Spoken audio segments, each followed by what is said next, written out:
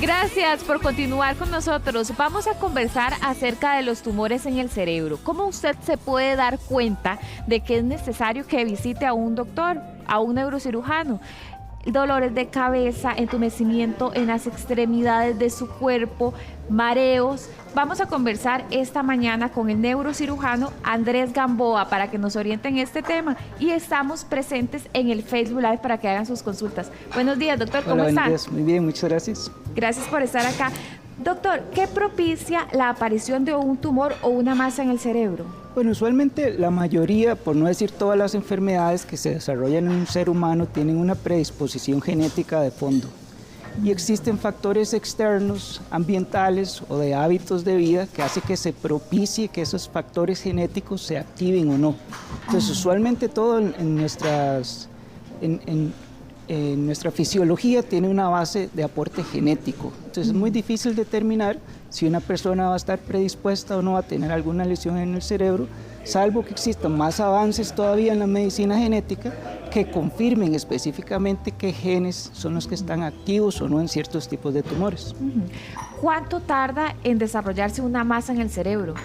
Es muy variable, Maricris. Depende mucho del tipo de tumor que se esté desarrollando. Los tumores dentro del cráneo pueden ser desde la parte del cráneo ósea del huesito hasta la parte interna del cerebro, y en la parte interna también hay muchos subtipos de tejido. Todo depende de la capacidad de malignización del tumor, de la tasa de crecimiento del tumor y de ciertos factores externos que propician que ese tipo de tumor crezca o no más rápido. ¿Cómo puede llegar a afectar el sistema nervioso? Multidiferencialmente. O sea, hay muchas formas donde usted puede tener sintomatologías debido a una lesión dentro del cerebro, y depende del área específica del cerebro que esté afectada. Nuestro cerebro es una computadora magnífica y funciona de una manera casi perfecta siempre, excepto cuando se presentan enfermedades. Y las áreas del cerebro están muy bien definidas en cuanto a su función, y los síntomas que pueden ejercer ciertas lesiones dependen del área que esté afectada. ¿Qué pasa con la memoria y la concentración cuando las personas dicen, ay, qué raro, qué era lo que yo iba a hacer? O, uy, no sé, se me olvidó qué fue lo que desayuné. ¿Eso podría ser un signo de alerta? Puede ser un signo de alerta, por supuesto, si usted nota algo muy diferente a lo que usualmente usted está acostumbrado. Porque las áreas del cerebro que controlan la memoria reciente y la memoria antigua son totalmente diferentes. Y cada área especializada, por ejemplo, en área visual, área olfatoria, área sensitiva, todas esas tienen recuerdos también y se almacenan como memoria antigua. Pero la memoria reciente funciona de una manera diferente y en una zona también muy distante a donde las otras están funcionando. Entonces, si hay alguna anomalía o alguna sensibilidad anormal, o dejar de tener alguna sensibilidad que vos estabas acostumbrada, si es algo que se presenta muy frecuentemente y es muy llamativo, sí puede ser una llamada de alerta. ¿Qué pasa con el habla, la escucha, la visión? Que usted diga, uy, no, de un pronto a otro como que ya no estoy viendo normal, estoy escuchando menos, estoy hablando enredado. ¿Eso podría alertarnos? Por supuesto, sí podría alertarnos. Nosotros funcionamos de una manera a lo que estamos acostumbrados, que para nosotros lo definimos como lo normal. Si algo se empieza a manifestar que está fuera de lo normal, siempre es mejor tener una consulta, aunque no sea nada, es mejor estar seguro de que no es algo importante, porque manifestaciones grandes como dificultad para expresar el lenguaje, para entenderlo, anomalías recientes en la vista o anomalías en la función auditiva son llamadas de alerta, por supuesto. ¿Qué pasa con el tema del equilibrio? Que la persona de pronto diga, ay, qué raro, me mareé, siento que me voy a caer. ¿Eso podría ser un signo? Puede ser un signo, por supuesto. El equilibrio también forma parte del espectro de sensibilidad que se transmite del cerebro a las extremidades y a otros órganos. Y hay tumores muy específicos que nacen cerca de los nervios que controlan el equilibrio, específicamente el octavo par craneal, que pueden ser manifestaciones iniciales del crecimiento de alguna lesión. Yo creo que todo el mundo ha tenido dolores de cabeza en la vida, pero ¿cuándo un dolor de cabeza podría ser un signo de alarma ante un tumor cerebral? Pues muy buena pregunta. Los dolores de cabeza usualmente son la manifestación más frecuente del inicio de una lesión o se manifiesta inicialmente como con dolor de cabeza, alguna lesión, ¿verdad? Los dolores de cabeza inusuales, con una frecuencia mayor a la que la persona está acostumbrada, ya sea que padezca de migrañas previas, pero la frecuencia se ha intensificado, la duración se ha intensificado, la intensidad del dolor se ha intensificado. Y hay estudios muy característicos que los dolores matutinos tienen mucha asociación con aumento de la presión dentro del cerebro. Entonces, si alguien no está acostumbrado a tener crisis de cefalea migrañosa y recientemente empieza a presentar que todas las mañanas tiene un dolor de cabeza sumamente fuerte, eso es una llamada de alerta grande.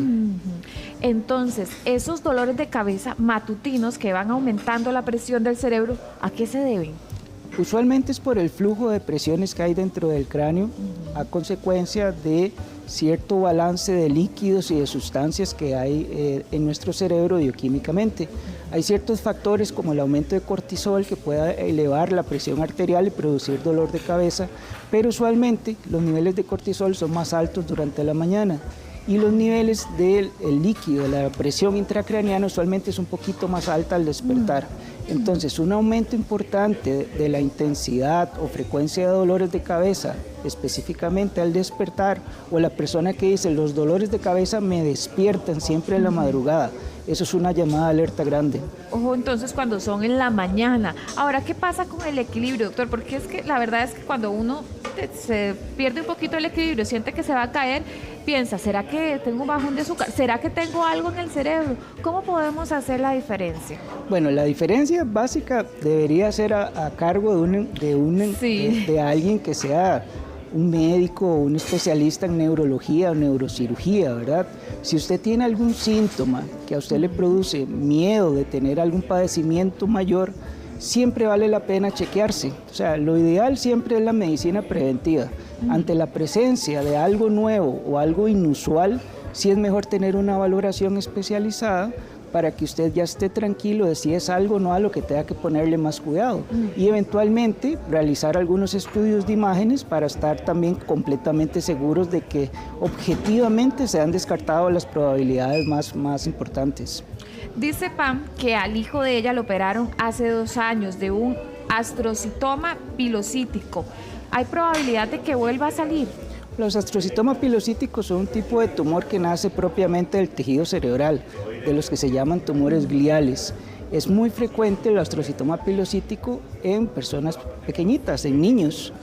La resección del tumor siempre, en su mayoría, la resección va a ser siempre el primer factor pronóstico de si es probable que vuelva o no.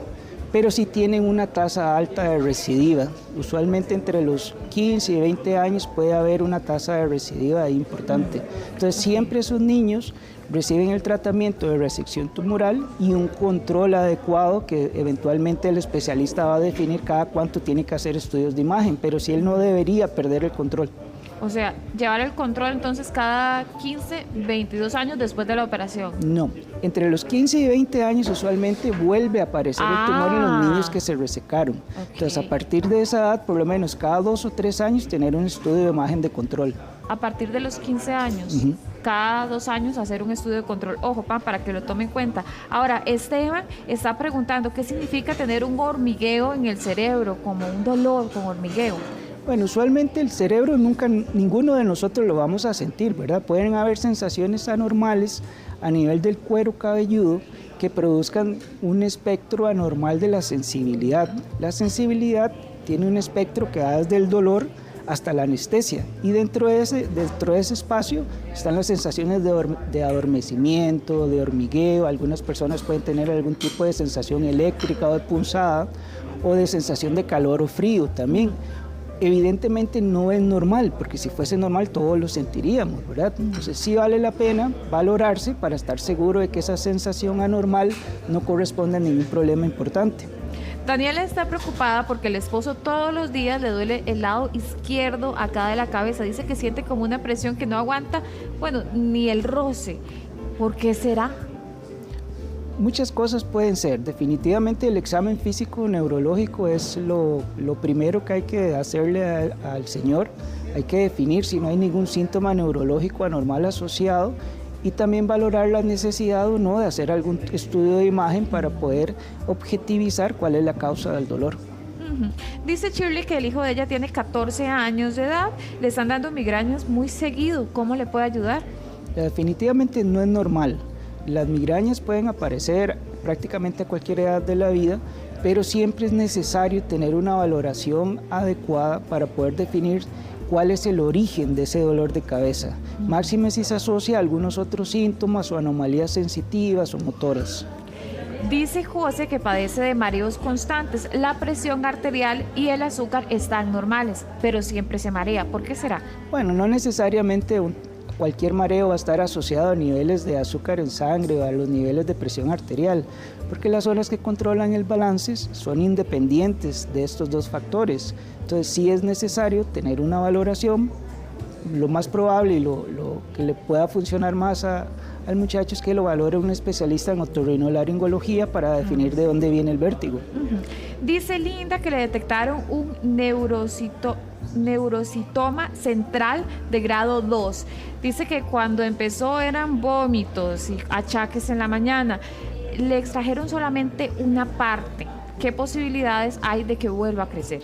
Los neurocitomas tienen una característica que nacen hacia la base del cráneo, en el centro, en la línea media del cráneo, y tienen una alta probabilidad de obstruir unas estructuras internas que hay en el cerebro que se llaman ventrículos.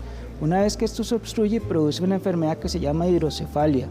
Y sí, definitivamente, la resección de un neurocitoma es muy compleja, porque hay muchas estructuras sensibles que están alrededor de la lesión y la zona para poder accesar al tumor es muy larga con respecto al cráneo. Entonces se hace en muchas ocasiones difícil de poder hacer una resección total. Eso depende mucho de la tecnología que se tenga, el expertise del cirujano y de las características anatómicas de la lesión.